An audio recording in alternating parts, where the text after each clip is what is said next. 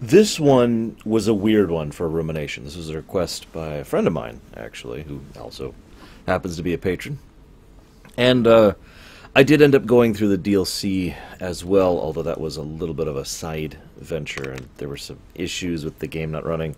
All I'm going to say is that this one's going to be weird because usually when I do a Rumination, it leans itself more towards things like story, concepts, plot, characters, etc. And there's not a lot of that in here. I'm not saying it's absent. Quite the contrary, there's actually quite a bit of flavor lore. Tons of setting building. One of the things I like most about Shadow of War, well, I'd say the second thing I like most about Shadow of War, excuse me, Shadow of Mordor, wrong game, the one I'm talking about, not the one that isn't out yet, is the fact that it involves a lot of info dumping through the dialogue, through the pacing that you wouldn't otherwise have unless you happen to be a big Lord of the Rings fan and had already done things like read the Silmarillion and whatnot. I mean, for someone who is a big Lord of the Rings fan playing this game, they're like, oh my god, it's Celebrimbor. For someone who's never even heard of the man before, it's not quite as big of a reveal, but they still explain why it's a big reveal in the game. They approach it as if you're someone relatively new to the series or someone who has some understanding of the series. Oh, that brings me to my first point. Before we go into the gameplay mechanic stuff, which is the first thing I'm going to talk about, let's go and get this out of the way. From everything I have read and heard from the devs, this is a third canon. It is considered to be its own separate canon, primarily inspired by the movies, but not intended to fit within the Jackson-verse specifically. So it's not the Tolkien-verse, it's not the Jackson-verse, it's its own thing. And I think that does help to explain quite a few things, the Uruk question being the biggest one. And I've decided after some discussion and some thought on my own, I'm not actually going to sit down and really enunciate every single difference between this game and the other two canons. All I'm going to say is that it fairly accurately adheres to some of the canon and then doesn't for most of the others. I also have one big thought about that, but I'm basically going to save that till the end, okay? So, gameplay. Obviously, gameplay is kind of king in a game like this. The more I played it, the more I was reminded of Batman Arkham, well, the Arkham trilogy in general, but also Assassin's Creed, obviously. When I very first saw this game presented, all the way back in an E3, I don't even remember which year, I was like, oh my god, it's an Assassin's Creed Middle-earth game.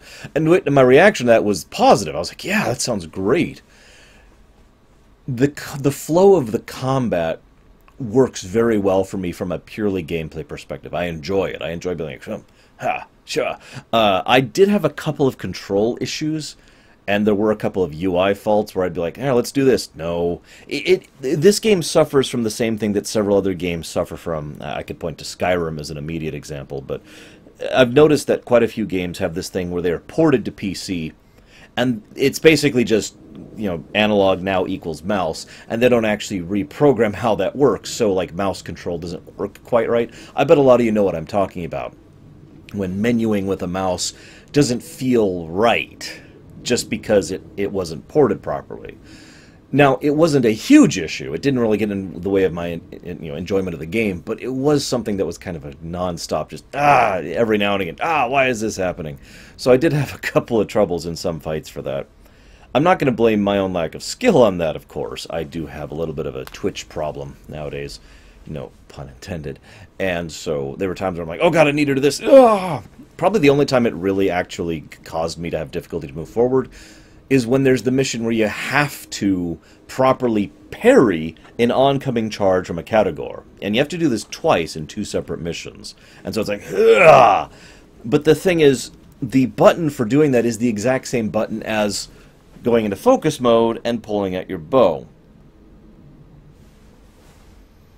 And I don't know if this is true on the console version as well, but I just kept having issues where I'd have to time it basically perfectly, because otherwise I'd pull out the bow and then get mauled, and then pull out the bow and get mauled, and it was just this whole thing. And of course, if I kill the thing, then I fail the mission, because I need to mount it. I want to mention something about the combat. So obviously this is a bit of a collectathon game. I do, of course, tend to like collectathons in general. I do have that type of mentality. And if you like it, then you're probably going to enjoy it as well. But one of the things I liked in this game in particular is you're directly rewarded for it. Every single thing you go out and do gives you something, experience to level you up, and to give you more ability points, or more power in order to give you another tier of abilities to unlock, or more, I forget what it's called, like weapon points or something like that, which allows you to upgrade your weapons or your focus or your thing. You can expand your power base. You are actually gaining some benefit from collecting rather than just the enjoyment of collecting itself. So that's a nice touch. Although some people could be argued to say that it makes it mandatory, but I don't actually think I agree on that. Having played through this game, I actually had to abandon collecting because I just had to race for the end game because this is a rumination and I have a deadline. And even having only done, like, say, all of this stuff within the first area and basically nothing within the Sea of Nirnan, I still was able to go through the rest of the game without any particular issues. And I'm terrible at this game, as anyone who watched the stream can attest to. Another thing about the Batman thing. Now, this is going to sound like a weird thing to comment on. In Batman Arkham Asylum and Batman Arkham City, while there are some belief-stretching moments, it makes sense that as Batman is doing the build-up combo stuff, it doesn't knock them out. Even though, logically speaking, Batman can just punch a guy and put him down, right? Because Batman is trying not to kill them. The developers have even gone out and said this was the intent. They wanted to make it clear that Batman is holding back, and it's hard, and it is pretty hard, to simultaneously hold back while still pushing out your effort against someone who is not holding back. So, in other words, what I'm trying to say is that from a lore perspective, it makes sense that Batman would have to punch someone 8 times and then do a finishing move to knock him out. Doesn't make quite as much sense here. It's probably the only thing that made me raise an eyebrow. Now, I don't mind because the combo system still works, and there's ways around that, most notably once you start doing wraith stuns all over the place and get those combos up within the matter of a second. But it still kind of bothered me, especially early game, how much you'd be like, yeah, yeah, yeah, yeah, and the orc would just be like, what? Okay, yeah, yeah, yeah, and because the game is inclined towards finishers. The game wants you to use finishers or arrows or some of the other methods in order to actually kill them rather than just shah, shah, shah. And I get that from a gameplay perspective. I just think it doesn't blend quite as well here. I do want to mention a couple other things in favor of the game's development. First of all, I do this myself, and I imagine a bunch of you do too. But for those of you who don't know what I'm talking about, I want you to picture there's something you want to build or create or make, a song, an art, canvas of art or a video game or a book or whatever, and you really want to make this particular thing, but you're not sure if you're really going to be able to do it justice. You're not sure if you should really climb that, because that's your ambition. That's the big one you want to make. So you're like, okay, I'm going to do something lesser first to learn the ropes. I'm going to work on this lesser work here and kind of be like, okay, I'll do this, then I'll do this, and that'll lead up to this. And in so doing, you get more accustomed to what is necessary to make this type of work. You know, again, whatever type it happens to be, and through that experience and that backing, now have greater strength in order to do the actual thing you want to do. It turns out the developers did that deliberately in the case of Shadow of Mordor. They have said flat out, again, in interviews. Admittedly, some of this is a little bit cheating because Shadow of War is coming out in like a month or two, and so we have a lot of information from the development of Shadow of War in addition to the Shadow of Mordor, but I digress. They've come flat out and said that they made Shadow of Mordor to prep for making Shadow of War, because Shadow of War was the game they actually wanted to make. And I'm really excited about it, by the way. I'm pretty hyped. Anyways, so I give them respect for that. But it does in many ways feel like a game that they're not sure what they're doing with. I don't mean that as an insult. Quite the contrary, I loved playing this game. But in many ways, it does feel like they had some great concepts, tossed them out there, and then weren't 100% sure how to really implement them. Honestly, the game really was at its best when just random stuff was happening. Now, I tend to speak against procedural generation more than for it, although I do admit there are both pros and cons there.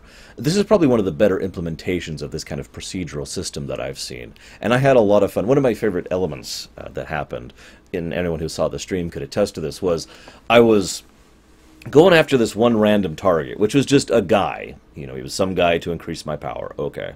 And I'm fighting him, and I'm like, cha, cha. And there's just this random orc who looks the same as all the other orcs, or at least he does at a glance. And I'm like, ah. And I swing down on him, and he blocks my blow, and I'm like, huh? And then it starts doing the whole intro thing. Oh, Wraith Walker, or Grey Walker, and I'm like, oh god, okay.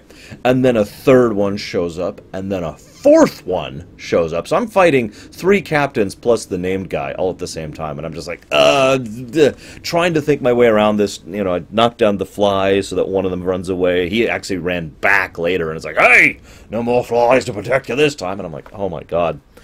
And the whole thing was just awesome. I really love the little stories that can develop as a part of that. Speaking of which, I want to share one with you guys. Makuu the Whisperer was pretty much my guy. He actually did, for those of you who watched the stream, he did end up being my nemesis. I'll tell you about that in just a second. But it's funny because I encountered him like twice, and I didn't kill him either time. And I got it into my head that I wanted to go ahead and deliberately die to him, push him up the ranks, right? Now, at the time, I was thinking I'd push him up the ranks so I could kill him and get a better rune out of him. But then I pretty much accidentally killed him. I wasn't trying to, and I'm like, oh god. Okay, so much for that. Later on, I encounter him again, and I was a moron and not really thinking about it. And I'm like, da-da-da-da-da, and I kill him again, and I'm like, it took me about, I don't know, 10, 20 seconds until, well, because I was still in the middle of the fight, after I killed him to be like, wait, I just killed him again, didn't I? Whoops. But Makuu ended up being my nemesis, and it was this great scene because Maku's like, we will defeat them, you know, speech, and then Talion's like, speech, and the 2 armies start charging each other. I immediately pull up my bow, and I don't remember how many shots. It was like 5 or 6 shots in his head, and Makuu was dead before the 2 armies even reached each other, and that was the end of my nemesis. It seemed to be appropriate given the overall arc Maku's story had been taking. I hope I see him in Shadow of War. Anyways, one of the things that's interesting about this game is that it can be... It is definitely a power fantasy type game, similar to some of the God of Wars, some of the Devil May Cry's. Prototype was definitely a power fantasy game. I'll talk more about the power fantasy and how it actually fits, at least I think it does, later. But what I want to mention about it now is that through pretty much all of the game, your combat options are varied, and there's quite a bit you can do with it. I noticed that there's, you know, you can brand to get guys on your side, you can stealth, you can shoot, you can straight up stab, you can stab to build combos to execute, or you can knock them out and then kill them while they're on the ground, or you can build combos to also brand. You can use the environment to fight them, you can use categories to fight them, you know. There's all sorts of options when it comes to combat. Overall, I tend to be more in favor of that than not. I know some gamers don't like that because there's usually one option that's just best, and then you just use whatever's best. I personally still prefer to have the options available because at that point it's up to me to decide exactly how I want to proceed. Anybody who knows me knows I tend to be a conquering sort, mentality-wise. You know, I don't like to charge into an enemy force and lay waste to it. I'd prefer to charge in and conquer it. You know, the Revan mentality instead of the Malik mentality, for example. So what I usually started doing pretty quickly, actually, was I'd charge into a melee and immediately start stun, build up combos, combat brand. Stun, build up combos, combat brand. And I got pretty good at this to the point where I would pretty much be facing 20 guys, and in about, I don't know, a minute or two, I'd be facing 2 guys while the rest of my guys are on my side now. It was very enjoyable, because it still wasn't super easy, at least not to me, but again, that's probably because I'm terrible at the game. And it was enjoyable. I loved it. I loved having that option. Up until when I got the combat brand, I was running around like trying to stealth kill primarily. But I bring this up because that led to what is my personal favorite gameplay element of the game, and that's when I was fighting the 5 Talons. Because I saw the 5 Talons and I'm like, okay, first thing I did, loosed a bunch of arrows into each of their heads to give them a stun. Then I ran up and started combat branding. Not the Talons, but all of the guys with them. By the time I finished combat branding their entire force, their entire platoon, so it was something like 30-odd guys, and my 5 war chiefs versus their guys, there were only 2 Talons left, one of which was very low on health and actually walked over and executed him on the spot. And the other one just died before I could even reach him. And I love that that's an option. That was fun. I enjoyed that. It'll be interesting to see what more they do with that in Shadow of War.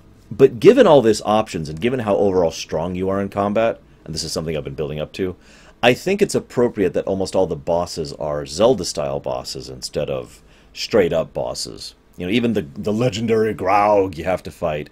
Well, I mean, there's not a lot of strategy to him. It's effectively get him to run into the wall, shoot, etc. You know, nothing flashy there. But the hammer is an excellent example of a fight. I don't know if there's another way you're supposed to do that. I should rephrase that. The way I was doing that was I was using everyone around the hammer to build a combo, and then I'd get an execute on the hammer himself. And then combo, execute, combo, execute. It was actually harder than I'd like to admit. Probably the hardest fight in the game for me personally. Although it did drag on a little bit long. The tower, though, that was an awesome fight. You had to sneak around, and he can see you very quickly. So, sneak, sneak, sneak, sneak, sneak. Drain! Sneak, sneak, sneak, drain, rather than fighting him straight up. And all of this kind of culminates, and this is where I'm going to say something that's probably going to make me unpopular, with the fight with Sauron, or the Black Hand, or whatever. We'll talk about that in a minute. Because that's a quick-time event. And I could see a lot of people saying, why would you put a quick-time event here? It kind of makes sense to me for two reasons. Number one, we've already kind of had the big last boss fight. That was against the Five Talons. That was effectively the last boss. Because what a last boss is, in the simplest terms, is the culmination of everything you've learned throughout the gameplay of the game, all tossed at you basically at once. And that's what the Five Talons were. They had a little army, you know, again, about 15 guys. They had the 5 of them, each of them have strengths and weaknesses, and you've got your guys on your side, and you have all of the tools at your disposal to deal with that situation. That was the last boss. Sauron was a thematic last boss, not an actual final fight. And so it made more sense to me, especially given what was happening story-wise and the fact that we were effectively dead as our neck bleeds out because Celebrimbor is no longer keeping us alive. It made sense to me that that's how that would go. I'll talk more about the ending later because we're not really at story stuff yet. Actually, I suppose we could move on to story stuff now. I thought I had one other thing to mention, but it doesn't really matter that much. So, I have a bunch of notes, and I'm just going to kind of glance at my notes and talk about them in order, because, like I said, there's not a huge amount of plot here. Just a lot of little details. First of all, I do enjoy the idea of what they do with Mordor overall. The fact that it's a somewhat varied area. Usually, when Mordor is portrayed, both in the movies, obviously, but also in like paintings and artworks that have been done over the years, it's just ashen deathscape, and that's it. I like seeing a little bit more variety. And of course it makes perfect sense that we see variety here. This is not particularly long after the culmination of The Hobbit. And Sauron has basically just retreated here, or just started arising back here in Mordor. Remember, these lands, until very recently, were the property of Gondor. That's why people live here. That's why they have the Black Gate. That's why they've got, you know, they use slave labor from criminal caste in order to help build the place, right? That's where the whole outcast thing comes from. There's also a point in time in which Gondorian society had a rather severe bit of caste, not caste, that's the wrong word, but societal bias based on bloodlines. And I don't want to really touch on that. It's a mess. Obviously it affects Talion, our main character, or Celebrimbor, who is not our main character, or is our main character, depending how you define it. But I love the presentation here. Especially the fact when we get to the Sea of Nurnen and we actually get to see the farmlands that are feeding the army. And there's so many, there's hundreds of little random dialogues as you're passing the Uruks who are like, hey, oh god, we're going to drink up with this other force. This is the largest army we've ever had. I hear they're planning something big. We're getting some other guys soon. Oh, I don't want them here. They're just going to take our grog. You know, all sorts of stuff like that. I can't possibly summarize that. Ultimately, and I mean no disrespect by this statement, I feel this game better suits a stream than a rumination, because I cannot get across the details in a rumination. All I could tell you is that there are many details. This is a very polished game. A lot of effort went into a lot of little niggling details. Every little collectible artifact you get giving you just a little bit of additional lore, either on one of the main characters like Hirgen, or what's going on with Saruman at this point in time, or the orcs themselves and how they interact with each other. And that brings me to my first big point. Probably my favorite thing that this game did was it showed us probably our best insight, well, I shouldn't say it that way, one of our best insights into orcish culture, society, and politics that we've ever really had. Again, one of the best. And I love that. I love their presentation of it. What we have here is an entire race of people who have wants and needs like most people do. They just don't translate literally to ours. You know, the idea of being someone who not being whipped is a desirable sounds like a duh to you or me. But in their case, it's more like, to translate it literally over here, the equivalent of not being whipped would be for us the equivalent of, say, getting a pay raise or a promotion. That also comes with a pay raise. You know, something we would desire in our careers, something we want in order to help push us forward to whatever it is our wants and desires are. It's just ours are a little less whip-related than theirs, or at least I hope they are. I'm looking at you, Baronessa. So I like that. I like the idea of the balance that every orc leader has to make, because all the orcs want to go up in rank. All of them do, like 100% of them. But as soon as you go up in rank, even once, you are now a target, because all the orcs want to go up in rank. And so the moment you actually manage it, you've got issues. And if you go up even higher, now your issues have gotten even worse. So we've got the captains, we've got the bodyguards, which, while not technically a separate tier, is a separate layer of loyalty. And then we've got the war chiefs. And the war chiefs themselves, there's this great line by Ratbag where he's like, you know, the war chiefs themselves don't like to come out about amongst the normal people because they know how much they're hated. But one of the underlying points there is that the war chiefs don't really show themselves that much because they're going to frickin' die if they do. They come out and about, and everyone is going to be gunning for their heads because whoever kills them becomes the next war chief, right?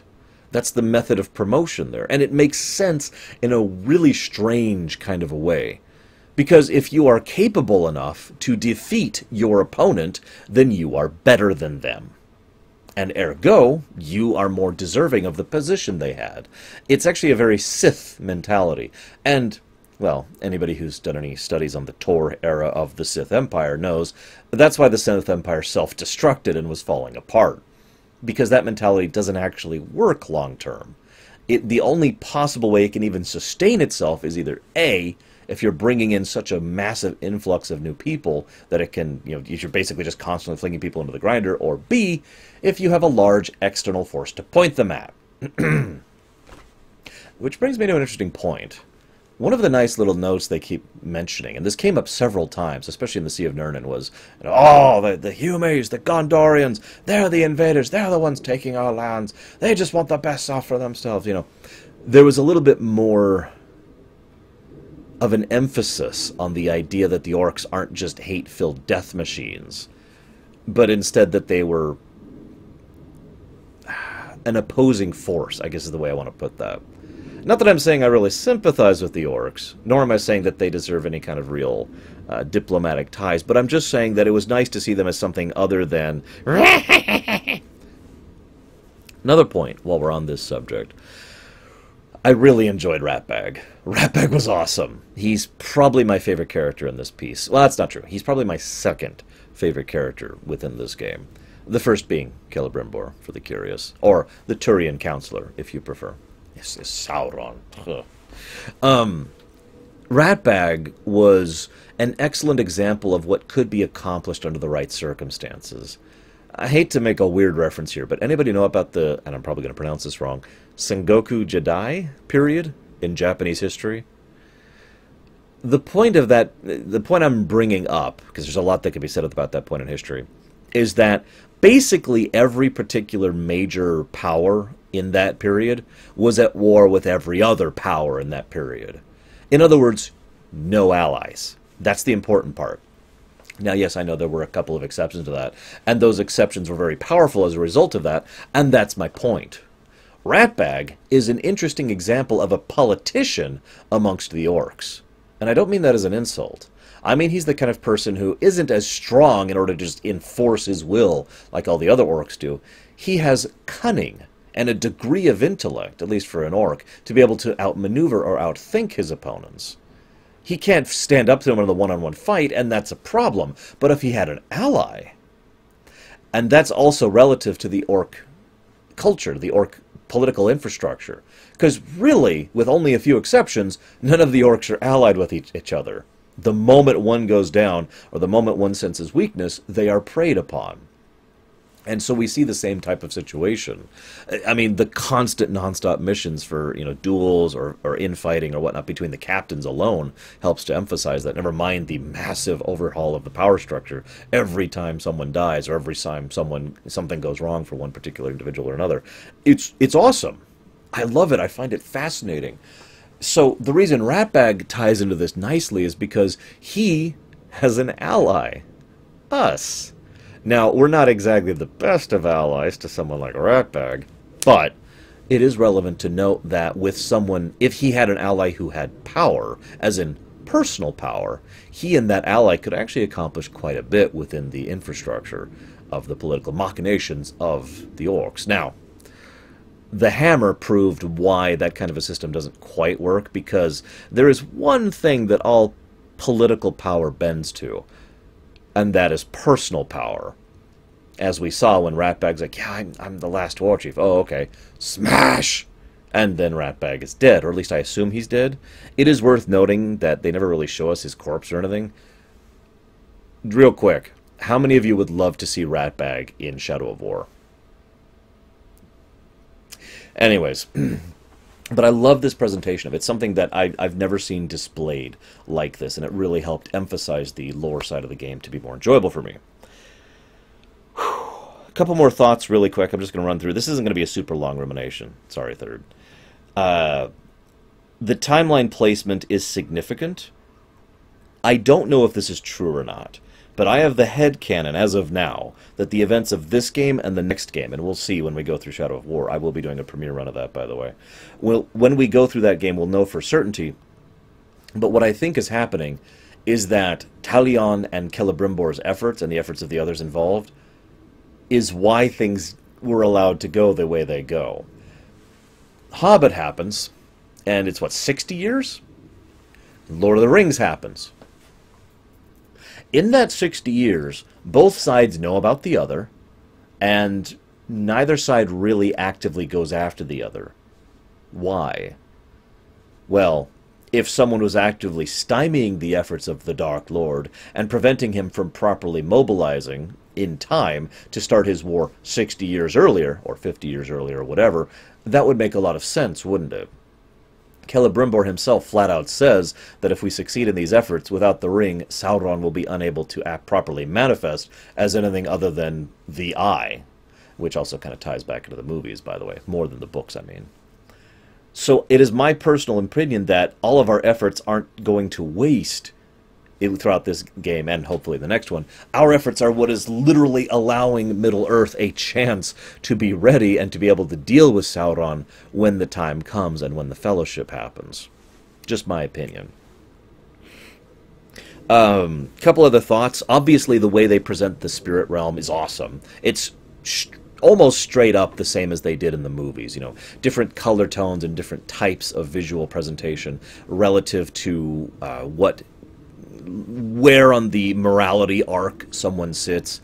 Being able to see the blue energy of the elves, the dark red energy of the enemy, all that fun stuff. I love how the ring itself was presented within the spirit vision, this blinding source of power just coming off the ring. That was a nice touch. Also, notice it doesn't do that several times on Celebrimbor's finger, just on Sauron's, but I digress. The Gollum scenes were good.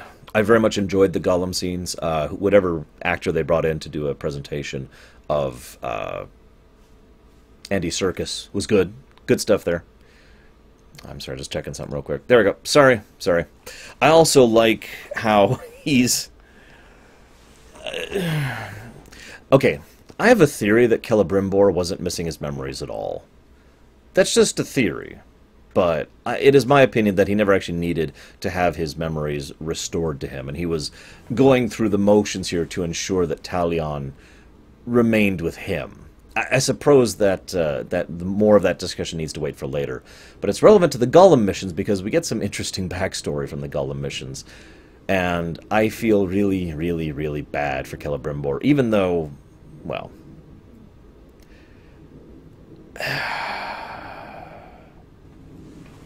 Let me just go ahead and talk about this. especially in the Bright Lord DLC, but in this as well. It's kind of helped and emphasized that Celebrimbor kind of called this on himself. Kind of. Not fully. Obviously, Anator, or I hope I'm saying that right, the Lord of Gifts, was deceiving. He was manipulative. He came bearing gifts. He came bearing joy and wonders that they could craft to help uplift the elven people and blah, blah, blah. There is a reason everyone was taken in by Sauron the Deceiver back before he started walking around calling himself the Dark Lord. What we see, though, is something very in keeping with Tolkien's works. And I suppose I'm just going to go ahead and talk about this now rather than later, and then we'll just finish up after this. Although, as I'm glancing at my notes, I don't actually have that much else to talk about anyways. Little tidbits, nothing big. God, like hardly anything. Like, for example, did you notice that as we are continuously reforging Talion's weapons with the little legends that we're doing, they become more elven? Now, of course you noticed that. What I find interesting about that is we're doing the exact same thing with Talion. As the game goes forward, Talion himself becomes more detached, more elven, really, is the way I want to put that. He becomes just a little bit less Man of Gondor. It takes a while, and he doesn't really get there till the end. Although, of course, it is Talion who convinces Celebrimbor to stay. I'll talk about that in a second. Another nice little touch, the hammer. One of the things that we know about the magic of Lord of the Rings, despite it being relatively low tier, is that it can pervert the natural order. That through a magical power or object or curse or spell, something can be mutated from what it should be. We actually see this with Gollum, because that's not what Gollum originally looked like, is it? And the ring did that to him. We see that with the orcs themselves, at least from certain perspectives, and how they came to be from the elves, and so forth and so on. My point is, what we see in the hammer is another example of that. Someone who took up this mace, and either it was a deliberate foci of Sauron, which is possible, or it just happened to be in proximity to Sauron and was cursed as a consequence, because that kind of thing also exists within Lord of the Rings. Either way, this mace imbued him with this bloodlust and this hatred, and has elongated his life for the last millennia, or however long it's been, since the battle of... I don't actually remember the name of that battle, oh my gosh. The battle where he picked up the mace. We see a similar thing with the Tower, who's got his armor and all this pain that is constantly being inflicted upon him, and he uses that in order to amplify his own abilities upon others, feeding off of the curse of his own abilities, or excuse me, his own armor, in order to use that on others, or at least that part's just a theory. Of course, admittedly, the thing with the hammer's a theory also. We don't actually know why these people have these supernatural powers. But that brings me to the Black Hand. Now, we don't know 100% who and what's up with the Black Hand. I've heard three predominant theories. Number one is that he's a guy, and he happens to be a servant of Sauron. Number two theory I tend to hear is that he's related to the Blue Wizards, and therefore has allied with Sauron. The number three theory I tend to hear is the one that I personally adhere to, and that's that he is Talion. Black Hand to Sauron is Talion to Celebrimbor. That he is basically our opposite, and that Sauron is using him as a vessel for now, just like Celebrimbor is using Talion as a vessel for now, although probably a little less willingly. I get the very strong impression that whoever the Black Hand used to be, assuming this theory is correct, doesn't actually have any will of his own anymore. Now, the relevance there is that leads us to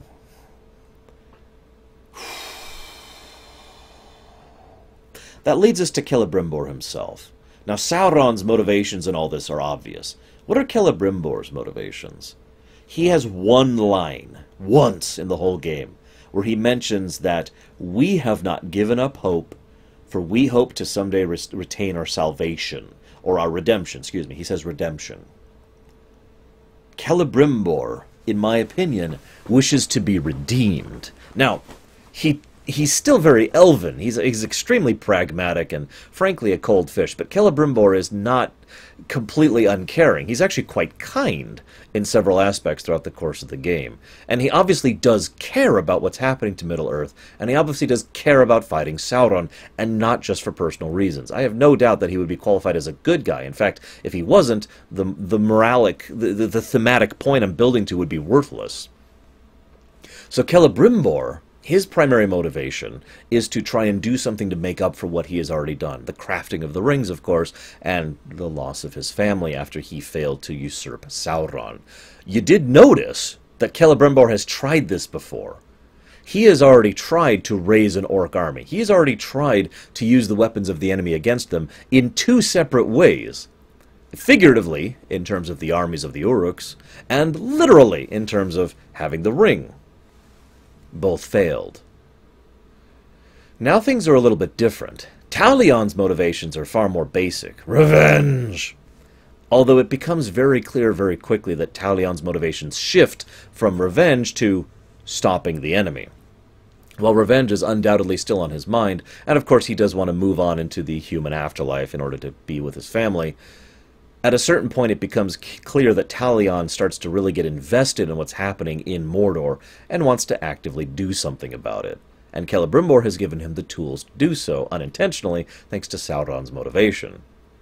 Celebrimbor, and the funny thing here, I talked about this on stream too, Talion and Celebrimbor are very powerful by Lord of the Rings standards. Indeed, even Saruman wanted to take Celebrimbor's essence into himself, for basically the same exact reason that Celebrimbor himself once did. And you'll notice, by the way, that both Talion and Celebrimbor, saying that name over and over is getting weird, agree over a while with the wisdom of Queen Marwen, which, as we know, is actually the wisdom of Saruman.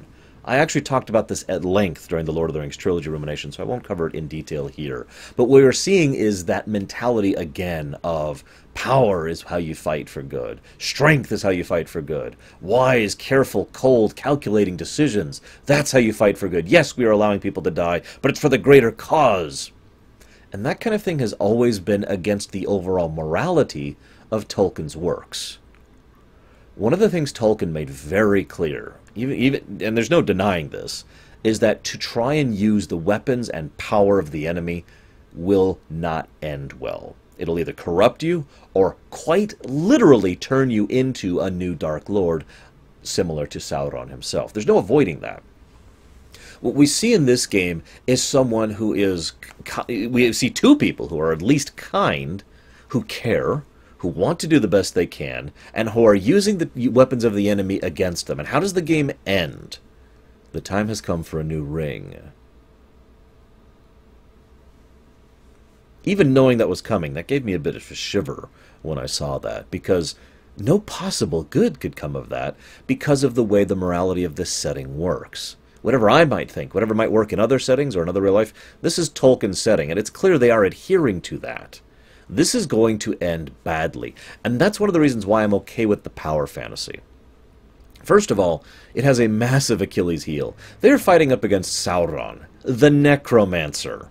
Now, if you don't understand the significance of that, the only reason Talion and Celebrimbor can do anything is because of the very unique circumstances that led very uniquely to these two people bonding in the way that they did.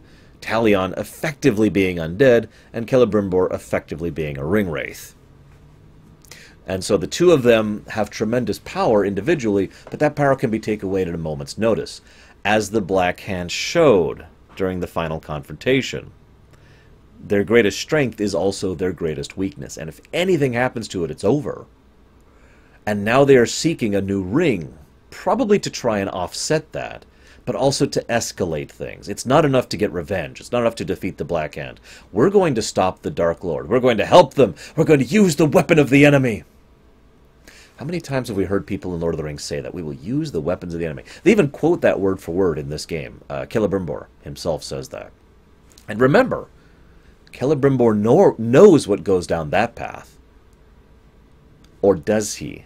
And that's the interesting thing to me, because all he knew was failure. He raised an orc army to go against Sauron, but the reason it didn't work is because the ring went back to Sauron. Not because he couldn't use those weapons properly, not because it didn't work properly. It was simple failure. He wasn't fully corrupted. And that's the relevant part. Because Celebrimbor still thinks he can use the weapons of the enemy. He just has to do it better. And when Talion, with his skill and his drive and his perseverance, convinces Celebrimbor, we need to do this on a large scale like you once did, Celebrimbor listens. And that makes it all the more horrifying, because neither of these two individuals who are about to march on a very dark path really know where it's leading. Now, all of this may be thrown out the window if Shadow of War throws this out the window and decides to, not actually have the consequences of Tolkien-verse morality put upon them. But everything I've seen in Shadow of Mordor indicates it to be true.